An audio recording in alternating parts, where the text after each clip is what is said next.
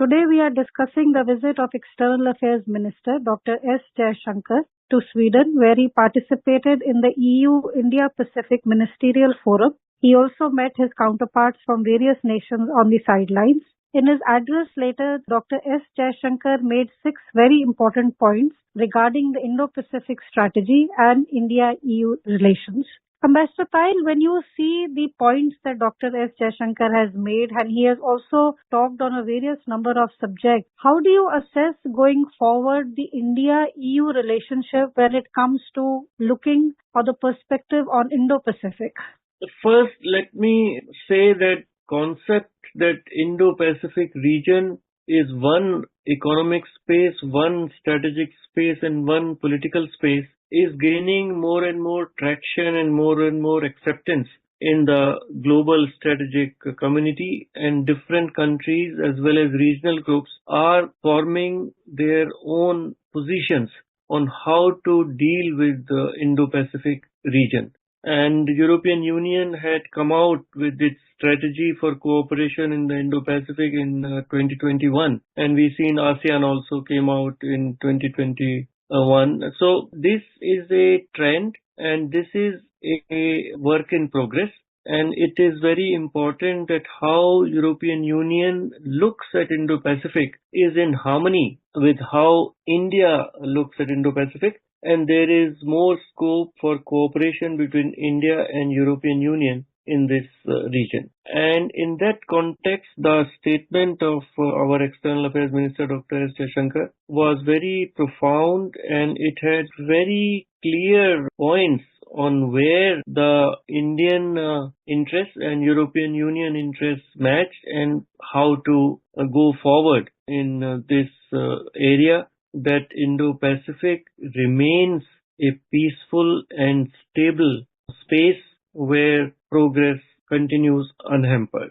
Ambassador Pyle, we see that in the 6 points that the External Affairs Minister made, one of the points he said is the recent events have highlighted the problems with economic concentration as also the need for diversification. De-risking the global economy involves reliable and resilient supply chains and promoting trust and transparency in the digital forum. I wanted to talk a little about this word de-risking, because we have seen that of late, when it comes to China, this is a word that is being used again and again. So is the pointer somewhere that maybe the world today, including India, EU, needs to not really detach from China but de-risk from China? Dr. Jaishankar also said that it is important that how non-market economies pose a formidable challenge to the normal market economies, which are the European Union, India, etc. And that hint was obviously towards China. Now, in the context of COVID as well as the expansionist policy of China, the danger is arising that so much concentration of manufacturing capacity in China, if that is disrupted because of some action of China on Taiwan or anywhere else, then there can be a very huge impact on global economy. And in that context, all the countries, whether it is major economies, whether it is United States, whether it is India, whether it is European Union, are now thinking of de-risking, that how to reduce that risk. And that obviously means that in supply chain, the domination of Chinese manufacturing companies should be reduced, and the supply chains should become more resilient and more reliable only if they are not concentrated in one country. And that is the long-term policy on which the European Union would work along with like-minded countries like India.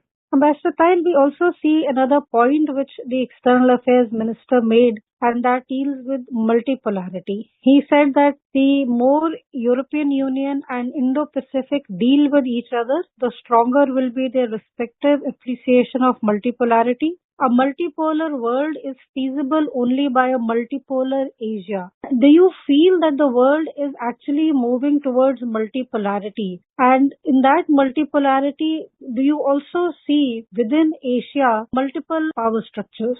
Many analysts believe that what China is trying is to have a unipolar Asia or Indo-Pacific with its domination and US marginalized, and maybe a bipolar world where China and United States will perhaps dominate over the other countries. But naturally, other countries, the groups like European Union or major countries like India, Japan, and others would definitely work for a multipolar world. Now, the point Dr. Jaishankar made to the European Union partners was that if European Union is looking for or wants a multipolar world, then it is important that Asia, Indo-Pacific must also be multipolar. It cannot be that if it is only bipolar, then the world will be multipolar. That is not possible. And if Indo-Pacific region is to be multipolar, then besides United States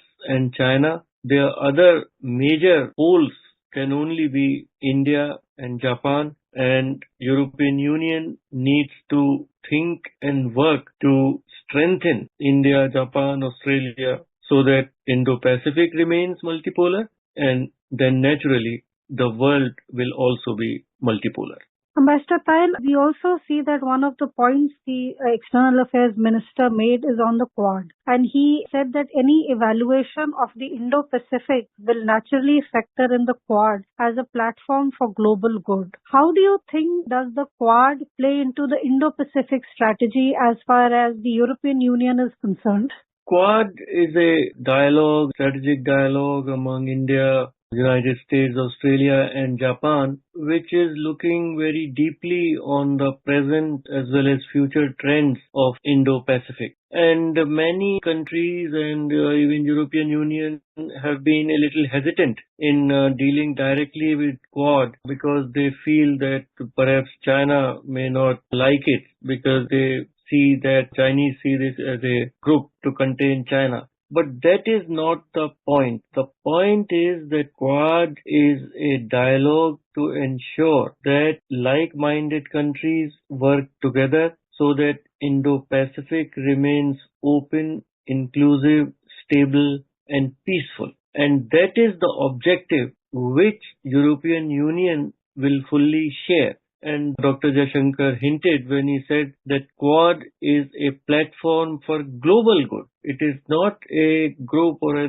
to have any kind of domination or exclusive for the interests of the four participating countries. It is a open-ended group, and this is the beginning of a good dialogue between European Union and India so that European Union also looks for more collaboration with Quad in the years to come.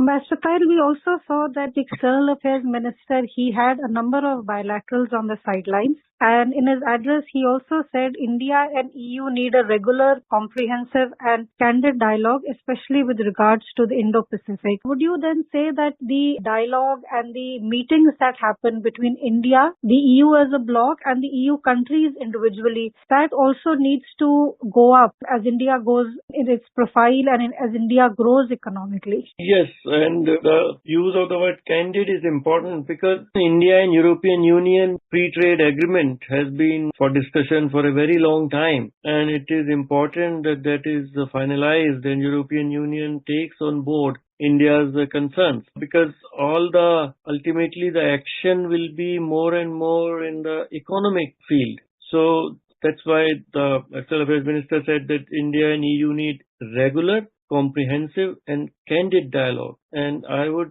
think that this would cover, of course, Indo-Pacific and the designs of China or the dangers which emanate from China's expansionist policies, as well as the great necessity that European Union takes care of India's concerns while negotiating the free trade agreement and investment agreements with India, because India is a major country, 1.4 billion population. We have our own interest concerns, and which cannot be equated by the interest concerns and importance of any other country. So in that context, European Union needs to look at India with a different perspective and understand India's importance in keeping Indo-Pacific multipolar.